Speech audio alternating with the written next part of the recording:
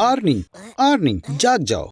एक बहुत बड़ा टॉर्नेडो तुम्हारे घर की ओर तेजी से आ रहा है। जल्दी से सड़क की तरफ भागो। तुम्हें बाहर खुली जगह पर जाना होगा। बहुत बढ़िया। हाँ बिल्कुल। अपने आप को बचाने के लिए तुम्हारा घर की बेसमेंट में छुपना बढ़िया होगा। पर हाँ बिल्कुल, मेरे और हमारे दर्शकों के लिए देखना ज्यादा मजेदार होगा कि टॉर्नेडो के अंदर तुम्हारे साथ क्या होगा। तैयार हो? और चलो। अंदर क्या है आर्नी? बड़े टॉर्नेडोज के फनल की चौड़ाई 1500 मीटर तक पहुंच सकती है।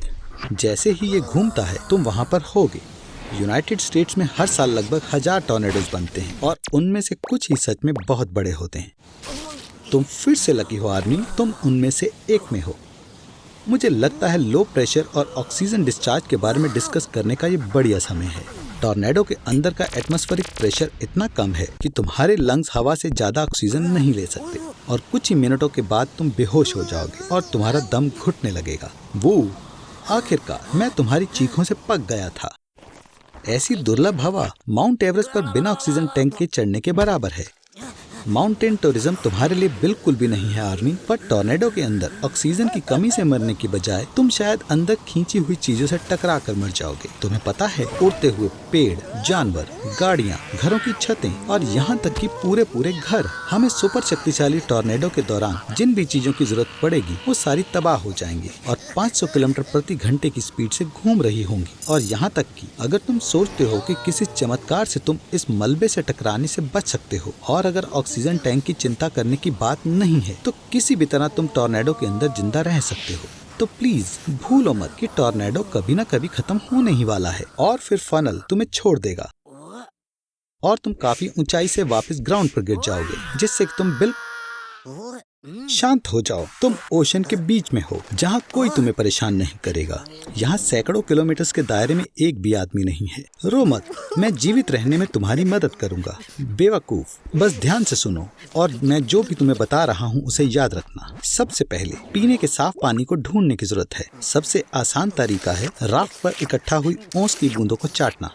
यह नहीं आर्नी, ये बर्ड शिट है। वैसे लंबे समय तक जीने के लिए ऐसी ओस की बूंदें बहुत कम हैं। बारिश के पानी को इकट्ठा करने के लिए किसी तरह का टैंक ढूंढना काफी ज्यादा मुश्किल तरीका है, पर बारिश होने से पहले तुम मर सकते हो। तो चलो तीसरे मेथड पर चलते हैं और सबसे मुश्किल वाला। आर्नोल्ड इस काम को पूरा करने के लिए काफी बेवकूफ है, पर आप प्यारी ऑडियंस सुनो। 2 कंटेनर, एक बैग और एक वेट के साथ आप एक वाटर डिस्टिलर बना सकते हैं। नमकीन समुद्र के पानी को बड़े कंटेनर में डालें और यह भाप बनकर उड़ जाएगा। ये बैग के सेंटर में इकट्ठा होगा और छोटे कंटेनर में टपकेगा और वॉयला, तुम्हारा ताजा डिस्टिल्ड पीने का पानी तैयार है। आर्नी, ये फिशिंग करने का समय है। जो भी पकड़ें वो सब कुछ खाएं जो तुम्हें जहरीला नहीं लगता। आप एल्गी, प्लैंकटन, जेलीफिश और छोटी मछलियों को सिर्फ एक साधारण टी शर्ट से भी पकड़ सकते हैं। हाँ, इसका स्वाद शिट की तरह है। आर्नी, पर तुम ये शिकायत करने वाले कौन होते हो? मैं तुम्हें इतने लंबे समय तक समुद्र देखने की सलाह नहीं देता। सूरज की किरणें इसकी सरफेस से रिफ्लेक्ट होकर तुम्हारी आंखों को जला देंगी। तुम और ज्यादा दुनिया को नहीं देख पाओगे, पर दुनिया फिर भी तुम्हें देखेगी। शायद दूसरी स्थिति बेहतर होगी।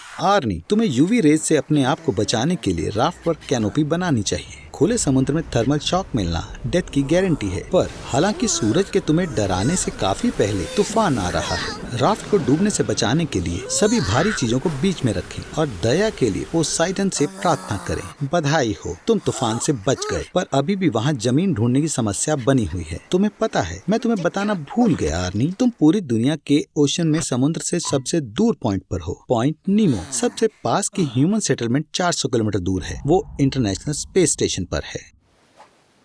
जब टेक्टोनिक प्लेट्स अचानक से हिलती हैं तो उससे वेव्स बनती हैं। सी बेड्स काफी मीटर बढ़ जाते हैं, जिससे खतरनाक सुनामी वेव्स बन जाती हैं। हम इस समय पोर्चुगल में हैं। दुनिया की सबसे ऊंची वेव्स यहीं बनती हैं। ये एक चीते की तरह है, पर वेव्स की दुनिया में, क्योंकि इसकी स्पीड 60 माइल पर आवर तक पहुंच चुकी है। एक हवाईयन सर्फर को यहाँ 79 फीट की वेव मिली थी। इसके लिए उसका नाम गिनीज बुक में दर्ज है। क्या आपने कभी किलर वेव के बारे में सुना है? ये सिंगल वेव्स 80 से 100 फीट ऊंची होती हैं, जो कि शिप से भी दिखाई नहीं देती।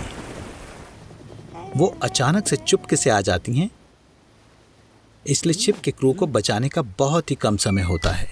किलर वेव सिर्फ एक ही हिट में शिप को डुबो सकती हैं।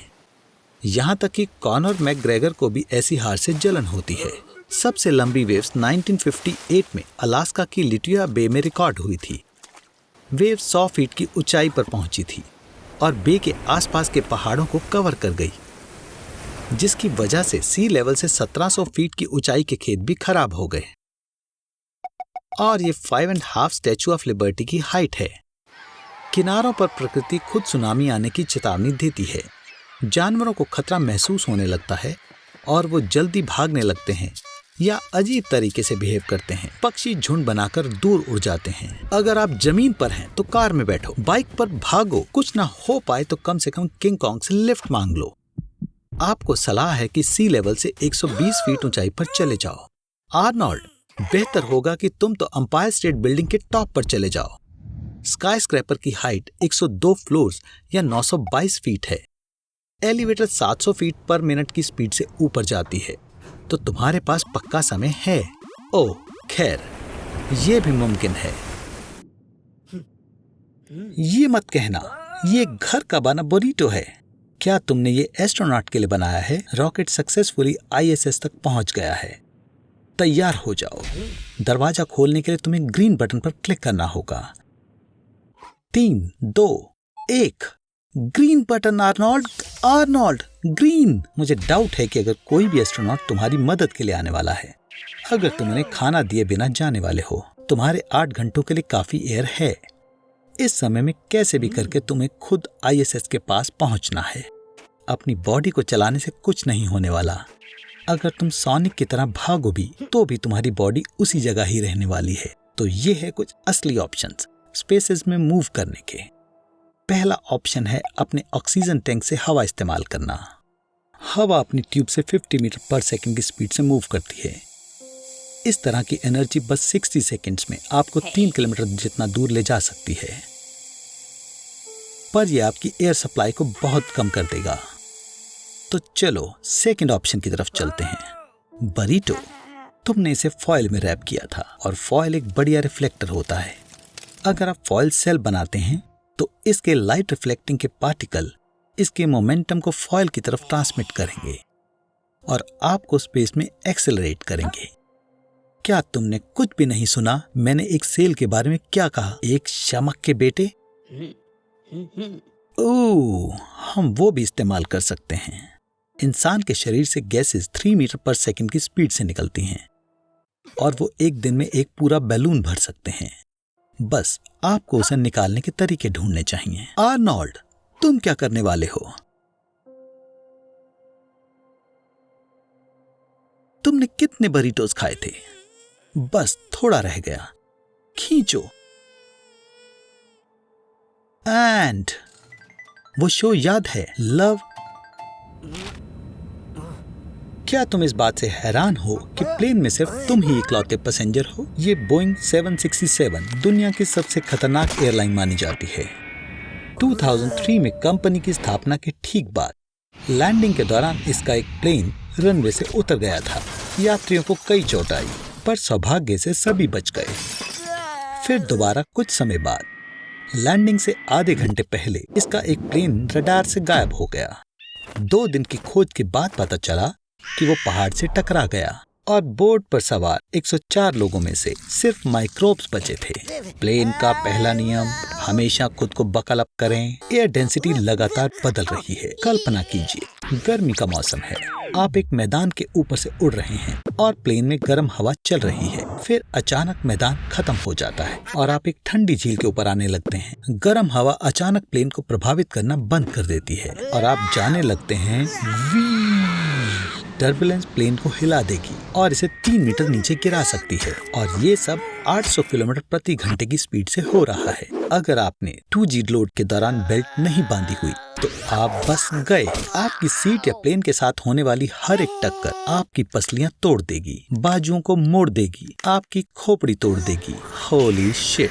रेयरफाइड गैस जो इंजन से बाहर निकलती है, बिजली को जमीन पर किसी भी चीज की तुलना में अपनी तरफ ज्यादा अट्रैक्ट करती है। सबसे दिलचस्प बात यह है कि बड़े प्लेन अक्सर खुद बिजली बनाते हैं।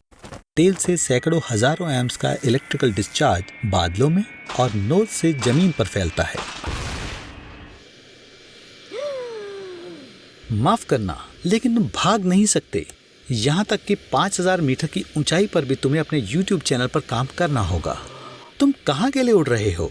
कम से कम नक्शा तो देख लो। ओह, ऐसा लगता है तुम उड़कर सीधे बर्मुडा ट्रायंगल आ गए हो। अफवाहों के मुताबिक यहाँ अक्सर प्लेन्स और शिप्स गायब होते हैं। आर्नोल्ड, तुम्हारे जेट विंग्स और कपड़े कहाँ गए? ऐसा लगता है अफवाहें सच थी और तुम भी गायब होने वाले थे। बर्मुडा ट्रायंगल में हो रही अजीब चीजों को साइंस नहीं समझती। हालांकि कुछ नॉन साइंटिफिक कहानियां हैं। उनमें से एक ये है कि यहाँ जो भी गायब होते हैं वो दूसरी मिलती जुलती दुनिया में चले जाते हैं। देखो, यहाँ सब कुछ थोड़ा अलग है। तुम इस कुत्ते को भी अजीब दिख रहे हो। जैसे कि तुम देख सकते हो, तुम्हारा घर भी काफी बदला हुआ है। मैं तुम्हें वहां सावधान रहने की सलाह देता हूँ। आर्नोल्ड से मिलो। यह है आर्नोल्ड, हालांकि दूसरी दुनिया वाला। वो तुमसे ज्यादा कामयाब है और स्टाइलिश मूछें भी हैं, और लगता है कि उसे तुम बिल्कुल पसंद नहीं आए। एक और कहानी के अनुसार बर्मुडा ट्रायंगल के नीचे अटलांटिस का एक पुराना शहर है। पूछना भी मत, क्योंकि मुझे नहीं पता कि पुराने अटलांटिस के लोगों को इन प्लेन्स और शिप्स की क्या जरूरत थी। लेकिन पुराने रीति रिवाज कठोर हैं। तुम्हारे जैसे को तो वो तुरंत गुलाम बना लेंगे, और अगर तुमसे वो नहीं संभला तो तुम्हें स्टीम बोट के फ्यूल में बदल देंगे। सावधान आर्नोल्ड, नए जहाज आ रहे हैं। एक और थ्योरी है, बर्मुडा ट्रायंगल में जो भी कुछ हो रहा है वो एलियंस की वजह से होता है, और शायद वो व्हीकल्स को इंसानों की टेक्नोलॉजी पढ़ने के लिए ले जाते हैं या अपने म्यूजियम में रखने के लिए। जरा देखो तो उनके म्यूजियम में कितना सामान है। क्योंकि एलियंस को धरती के जीवों के बारे में अच्छे से नहीं पता, तो तुम्हें मशरूम के साथ रखा जाएगा। आर्नोल्ड, बुरा मत मानो, ये तुम्हारे हेयर कट की वजह से भी हो सकता है। तुम्हें ज्यादा देर के लिए बोर नहीं होना पड़ेगा। वो कहते हैं ना, एलियंस अलग अलग कामों के लिए लोगों को उठाते हैं। तुम्हें प्रेग्नेंट होकर एलियंस के बच्चों को संभालना होगा। माफ करना आर्नोल्ड, लेकिन एलियंस को जेंडर के बारे में भी नहीं पता। तब स्नॉट एंड गॉब अपने लिए बारबेक्यू प्लान कर रहे थे। ऐसा लगता है कि सूरज का टेम्परेचर भी उनके अजीबोगरीब स्पेस सॉसेजेस के लिए काफी नहीं है। अब ये हुई ना बात। उप्स, ऐसी सोलर फ्लेयर्स अच्छी नहीं है, क्योंकि ये सारे पावर प्लांट्स और इलेक्ट्रिकल चीजों को अर्थ पर बंद कर देती हैं। ये पक्का प्लैनेट के सारे जरूरी कामों को बुरी तरह नुकसान पहुंचाएगी, और खासकर डॉक्टरों के काम को, और हमारी बहुत सी चीजों को, जैसे सोशल नेटवर्क्स, लाइक्स और रीपोस्ट को। सिर्फ शैतान को इससे कोई फर्क नहीं पड़ेगा। ये शायद उन्हें फायदा भी दे सकता है। और ये रहा हमारा सबसे ज्यादा तेज कछुआ। सारी इलेक्ट्रिक चीजों की तरह एलॉन की गाड़ी भी खराब हो गई। सबसे जरूरी बात यह है कि कभी भी समय से पहले खुशी ना मनाएं। वो बेवकूफ जरूर होगा, पर आर्नोल्ड को पक्का आंख मारना अच्छे से आता है। बदकिस्मती से बस वो कम समझदार है। बैटरी खत्म हो चुकी है। अब इन लोगों को कैसे भी करके डेजर्ट से बाहर निकलना होगा। ये अच्छा है कि एलॉन ने पहले से कुछ सोच लिया, और ये और भी अच्छा है कि उसकी डिक्की में एक बाल्टी, एक छोटा रॉकेट और खाने का सामान है। ओह, आलू एक बड़ी आइडिया है। वैसे भी एक आलू में से 0.5 वोल्ट की वोल्टेज निकलती है, और आर्नोल्ड की कंबेशन इंजन गाड़ी को 13 वोल्ट चाहिए चालू होने के लिए। तो 26 आलूओं के साथ एक जिंक की कील और कॉपर की तार गाड़ी को चालू करने के लिए काफी है। अरे यार, ये करंट काफी कम है। इंजन को चालू करने के लिए 100,000 आलू वाली बैटरी चाहिए होगी। मैं तुम्हें जल्दी करने की सलाह देता हूँ। सूरज डूब रहा है और डेजर्ट में रातें बहुत ठंडी होती हैं। वाह दोस्तों, बढ़िया आउटफिट है। मैं चाहता हूँ कि हम बिना फेमस ब्लू क्रिस्टल के ही कर लें आज। ओह रुको, मुझे पता है तुम क्या करना चाह रहे हो। अगर हम zinc bolts, screws, coins, sponges, potassium oxide, copper और ब्रेक पैड्स लें, उन्हें मिला लें और गाड़ी के साथ जोड़ें, तब हमारे पास एक आम बैटरी का चार्ज होगा। लड़कों ने सब कुछ सही किया। ये शर्म की बात है कि अभी भी इतना पावर नहीं है कि ड्राइव की जाए। जल्दी करो, समय निकलता जा रहा है। आर्नोल्ड, वहां ढूंढना बंद करो। रुको, दिखाओ तुम्हें क्या मिला। एक मैग्नेट। ये बिल्कुल वही है जो हमें चाहिए था आर्नोल्ड। हे एलॉन, ये समय वो करने का नहीं है, ये इसी चीज के लिए है। 1831 में फैराडे ने भी कुछ ऐसे ही पहली बार किया था। उसके लिए हमें कॉइल, कॉपर वायर और मैग्नेट चाहिए। हम मैग्नेट को कॉइल पर डालेंगे जिस पर कॉपर लगा है, और हम कॉइल के अंदर मैग्नेट को हिलाते रहेंगे और हर कॉपर की कॉइल 0.01 वोल्टेज जनरेट करेगी। पर ज्यादा टर्न्स की मदद से सब सही चल रहा है। देखते हैं इन लड़कों के लिए कैसे काम करता है। बस अपनी उंगलियों के साथ सावधान रहना। और हम बच तो गए। वैसे उंगली दोबारा आ जाएंगी। आर्नोल्ड, टेस्ला को यहीं छोड़ दो। और अब पार्टी को जारी रखते हैं। ओह, आर्नोल्ड, शांत हो जाओ। तुम्हें यह भी नहीं पता होगा कि मेटेओर क्या होता है। मेटेओर कॉस्मिक ओरिजिन की एक बड़ी सेलेस्टियल बॉडी है।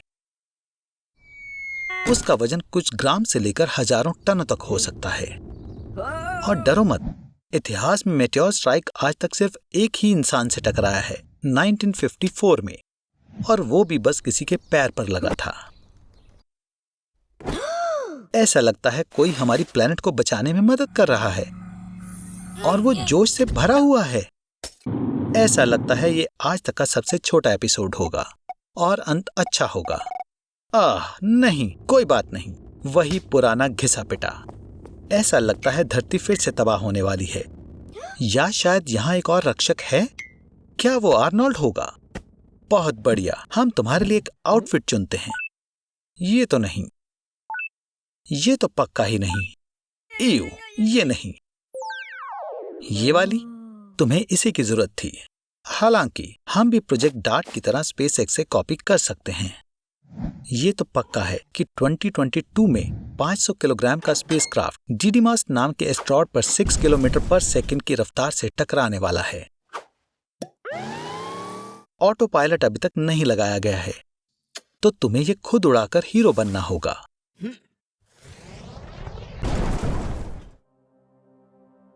ओह वाह आर्नोल्ड, तुम बच गए, बाकी सभी छोटे छोटे जीवों की तरह।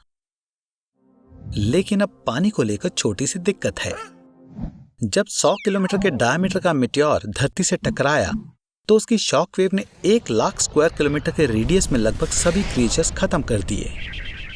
काफी मात्रा में सल्फर भी रिलीज हुआ और तबाही के बाद धूल और राख ऊपर हवा में मिल गए, जिसके कारण सूरज की किरणें नीचे नहीं आ पा रही हैं। तुम्हें भूख लगी होगी। ये तो अच्छा हुआ कि तुमने अपना अंतरिक्ष वाला खाना रॉकेट में रखा हुआ है। वहाँ कोई खाना नहीं है। ये तो बुरा हुआ, क्योंकि धरती पर जरा भी खाना नहीं बचा है।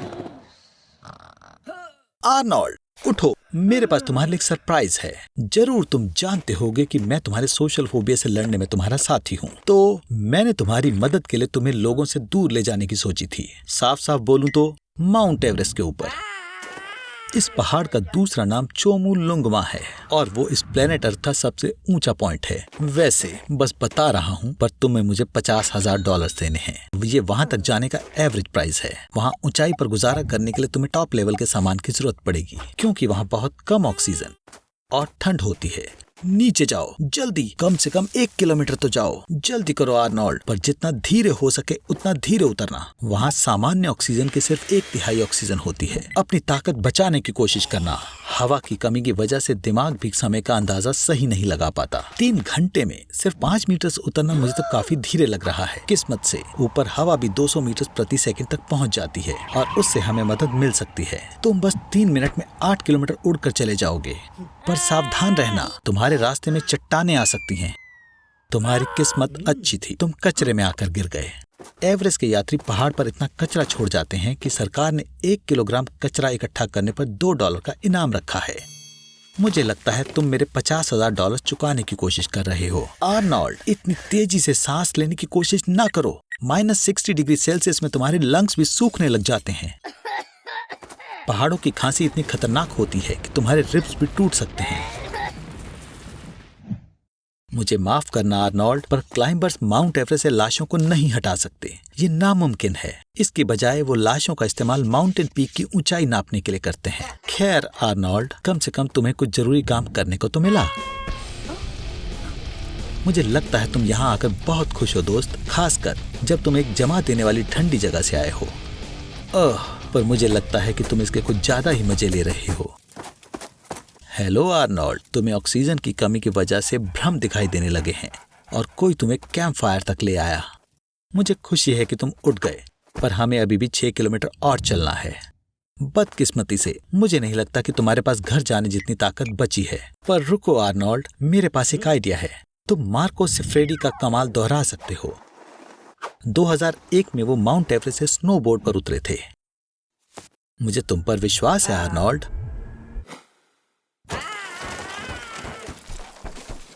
बहुत सारी टूटी हड्डियां और फ्रॉस्ट बाइट की आखिरी स्टेजेस, पर हम नीचे पहुंच गए आर्नोल्ड। मुझे यकीन नहीं हो रहा। चलो मेरे साथ चिल्लाओ, हुर्रे! आर्नोल्ड, मैं बस मजाक कर रहा था। तुम पहाड़ों पर चीख नहीं सकते, उसकी वजह से एवलांचे आ सकता है। चिंता मत करो आर्नोल्ड, मैं तुम्हें यहाँ अकेले नहीं छोड़ने वाला। तुम्हें अभी भी मेरे $50,000 देने हैं। आर्नोल्ड चलो, ये गलत बात है। ठीक है, मैं जाकर शॉवल लेकर आता हूँ। ये मत करो आर्नोल्ड, तुम्हारा वक्त नहीं बचेगा। ये बहुत खतरनाक है।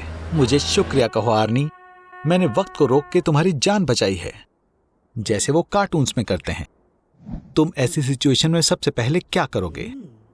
शायद पेंटागन के आर्काइव्स में जाकर देखोगे कि क्या आर्मस्ट्रॉन्ग सच में चांद पर गया था, या फिर तुम सूजी को किस करने की कोशिश करोगे।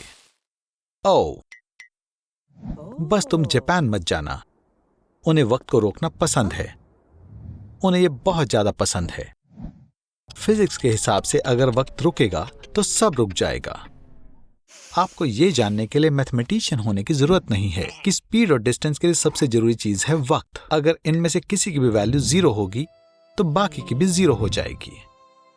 अब एडवेंचर को आगे बढ़ाते हैं। लाइट्स, पार्टिकल और फोटॉन्स भी रुक गए हैं, जिसकी वजह से कुछ भी देखने की शक्ति भी खत्म हो गई है और तुम पानी भी नहीं पी पाओगे। सब कुछ जम गया है। एक और मजेदार बात है, रोशनी जो अर्थ को 65 मिलियन ईयर्स पहले ही छोड़ गई थी, वो अब 65 मिलियन लाइट ईयर्स दूर है। और अगर कोई बड़े से टेलीस्कोप से अर्थ की तरफ देखे तो उसे डायनासोर्स दिख सकते हैं। पर मैं कहता हूं, असलियत में वापस आते हैं। कितना खूबसूरत दिन है, इसे क्या बर्बाद कर सकता है। खैर, अगर अर्थ एक जगह पर रुक जाए तो बिल्कुल रुक जाए। इनर्शिया की वजह से 1500 किलोमीटर पर आवर से ज्यादा की स्पीड पर पहुंचकर सभी ऑब्जेक्ट्स ईस्ट की ओर उड़ेंगे। साथ ही एटमॉस्फेरिक डिस्टर्बेंस की वजह से तेज हवाएं भी चलने लगेंगी। लेकिन उसी वक्त ये मत भूलिए कि अर्थ की ग्रेविटी वैसी ही रहेगी। समुद्र का मोमेंटम बड़ी सुनामी की लहरें पैदा करेगा, जो कि 1 मिनट में 27 किलोमीटर की जगह को घेर सकती हैं। अब अर्थ पर दिन 1 साल के बराबर होगा और ये 29.78 किलोमीटर पर सेकंड की स्पीड से सूरज का एक चक्कर लगाएगी। दिन के समय में सूरज उगने से छिपने तक 6 महीने लगेंगे, जिससे तेज गर्मी होगी, और बाकी के 6 महीने रात होगी, जिसमें बहुत ठंड होगी और तापमान -55 डिग्री तक रहेगा। अर्थ के रुक जाने से उसकी सेंट्रीफ्यूगल फोर्स इक्वेटर पर हाई हील्स बनाएगी, जो कि बाद में गायब हो जाएंगी, जिससे कि इक्वेटर पर एक सॉलिड रिंग रह जाएगा, जो कि 2 बड़े बड़े ओशंस को अलग कर देगा। अफसोस की बात है कि यह सब अर्थ के घूमने से रुक जाने की वजह से होगा। आखिरकार अर्थ की मैग्नेटिक फील्ड बड़े से मॉल्टेन मेटल स्फीयर और रोटेट होने के साथ बनती है। मैग्नेटिक फील्ड प्लैनेट को रेडिएशन से बचाती है। तो अब यह सरफेस पर होना बहुत खतरनाक है। आर्नोल्ड, सच में जिस तरह से तुम खतरों में सरवाइव करते हो, तुम बिल्कुल मोस पिगलेट की तरह हो। तुम्हें रहने के लिए जगह ढूंढनी होगी। मैं तो कहता हूँ कि तुम इक्वेटर पर चले जाओ, जहाँ सब सेफ है। जल्दी आर्नोल्ड, तुम कैटाकॉम्स की आखिरी बस पकड़ सकते हो। अब सभी अर्थ के सरफेस के नीचे आ चुके हैं। चिंता मत करो, ये सब सिक्योरिटी वाली असली सिटीज हैं। आप यहाँ खाना भी उगा सकते हैं। क्या एडवेंचर है आर्नोल्ड। पृथ्वी पर पॉपुलेशन बहुत ज्यादा बढ़ चुकी है और अब लोग प्लेनेट छोड़ने के लिए मजबूर हैं। और स्नूज बटन को लगातार 10 बार दबाने का ये नतीजा होता है, आप प्लेनेट से निकलने का मौका गवा सकते हैं। चलो भी आर्नोल्ड, इतना दुखी होने की जरूरत नहीं है। लोग अपना बहुत सा कूल सामान छोड़ कर गए हैं। तो सबसे पहले क्या करोगे? क्या सच में एक बड़ा बर्गर खाओगे? पर महंगी कार्स का क्या? और ट्रम्प के अपार्टमेंट में रहने का एक मौका। कुछ कूल करो। वाओ आर्नी, तुम एक असली हीरो हो। जू में सभी जानवरों को आजाद करना, ये एक अच्छा काम है। चलो भी दोस्तों, एक लाइक तो बनता है। पर पेट्स का क्या? पृथ्वी पर 500 मिलियन कैट्स हैं और उतने ही डॉग्स हैं। अगर वो खुले में घूमेंगे तो जंगली जानवरों का शिकार बन जाएंगे। पर अभी हम बुरी चीजों की बात नहीं करेंगे। हम इस पूरे प्लेनेट पर कुछ भी कर सकते हैं। हाँ, सबसे कूल रोलर कोस्टर। ये 206 किलोमीटर पर आवर की स्पीड से चलता है और 127 मीटर की ऊंचाई से नीचे आता है। आर्नोल्ड, पहले वो तुम्हारी कम हाइट की वजह से तुम्हें यहाँ नहीं आने देते थे, पर अब इसकी चिंता नहीं है। ऐसा लगता है कुछ खास मजा नहीं आ रहा। बिना इंसानों के धीरे धीरे सारी बिजली खत्म हो जाएगी। लिथियम बैटरी 7 सालों के बाद खुद डिस्चार्ज हो जाती हैं और 20 सालों बाद तुम सोलर एनर्जी का भी इस्तेमाल नहीं कर पाओगे जब आखिरी पैनल टूट जाएगा। और कुछ डिकेड्स बाद बिना किसी सर्विस के न्यूक्लियर पावर प्लांट भी हमेशा के लिए बंद हो जाएंगे। आर्नोल्ड, वहाँ से बाहर निकलो। अगर तुम्हें चोट लग गई तो तुम 911 पर भी कॉल नहीं कर सकते। इस बार तुम्हारी किस्मत अच्छी थी। जैसे कि तुम देख सकते हो, कचरे को उठाने वाला भी कोई नहीं है। प्लास्टिक और ग्लास को डीकम्पोज होने में 700 से 1000 साल लगते हैं और चीजें और भी खराब होती जाएंगी। आर्नोल्ड, तुम जिंदा बच गए। ऐसा लगता है कि शहर की बजाय तुम जंगल में ज्यादा अच्छे से रह पाओगे। शहर में रहना बहुत खतरनाक हो चुका है। मैं सलाह देता हूँ कि तुम रहने के लिए कोई दूसरी जगह ढूंढो, एक एयरप्लेन। आर्नोल्ड, क्या तुम मजाक कर रहे हो? लगता है माइक्रोसॉफ्ट फ्लाइट सिमुलेटर खेलते हुए जो हजारों घंटे बिताए हैं वो काम आने वाले हैं। आर्नोल्ड, देखो, पृथ्वी पर एक रॉकेट अभी भी बचा हुआ है। जल्दी करो। आर्नोल्ड, मैं तुम्हें दुखी नहीं करना चाहता, पर वो शेर जिसे तुमने जू से आजाद किया था वो तुम्हारे पीछे है। सफर का मजा लो आर्नोल्ड।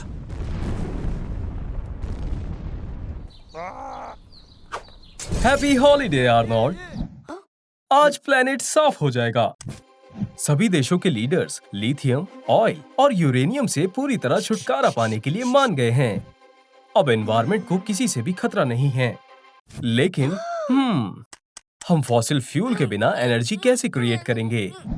इंसान हर साल 150 पेटावाट घंटे एनर्जी का इस्तेमाल करता है। इतनी एनर्जी प्रोड्यूस करने के लिए 200 बिलियन सोलर पैनलों की जरूरत पड़ेगी, जो कि 3.7 ट्रिलियन स्क्वायर फीट एरिया में फैले होंगे। ये सहारा डेजर्ट के एरिया का 3.7% है। अगर पूरा डेजर्ट एरिया पैनल से कवर हो जाए तो हमें हमारी जरूरत से भी 27 गुना ज्यादा एनर्जी मिलेगी। लेकिन इसमें $5 क्वाड्रिलियन लगेंगे। इस प्रॉब्लम को ब्रूट फोर्स की मदद से सॉल्व करना और भी आसान हो जाएगा। तुम्हारे पास ये क्या है आर्नी? एक लिथियम बैटरी। अब आर्नी, तुम्हें भी बाकी सभी एनवायरनमेंट वॉलेटर्स के साथ खुद ही एनर्जी जनरेट करनी होगी। लेकिन एक प्रॉब्लम है। अगर पृथ्वी की पूरी आबादी पूरे साल बिना रुके पैडल चलाती रहे तो हम सिर्फ 10.5 पेटावाट घंटे एनर्जी जनरेट कर पाएंगे। ये हमारी जरूरत का सिर्फ 7% ही है। हमारी जरूरतों को पूरा करने के लिए हमें 150 ट्रिलियन लोगों को हर दिन 8 घंटे पैडलिंग करने की जरूरत है। 8 घंटे बाइक चलाने पर तुम्हारी सजा खत्म हो जाएगी। तुम कितने बड़े बेवकूफ हो, तुमने विच कनेक्ट नहीं किया। क्या तुम्हें पता नहीं है ग्रेविटेशनल बैटरीज कैसे काम करती हैं? अगर तुम वजन को काफी ऊंचाई तक उठाते हो और फिर उसे छोड़ देते हो तो उसमें स्टोर्ड एनर्जी रिलीज होती है। इस एनर्जी को इलेक्ट्रिकल एनर्जी में कन्वर्ट किया जा सकता है।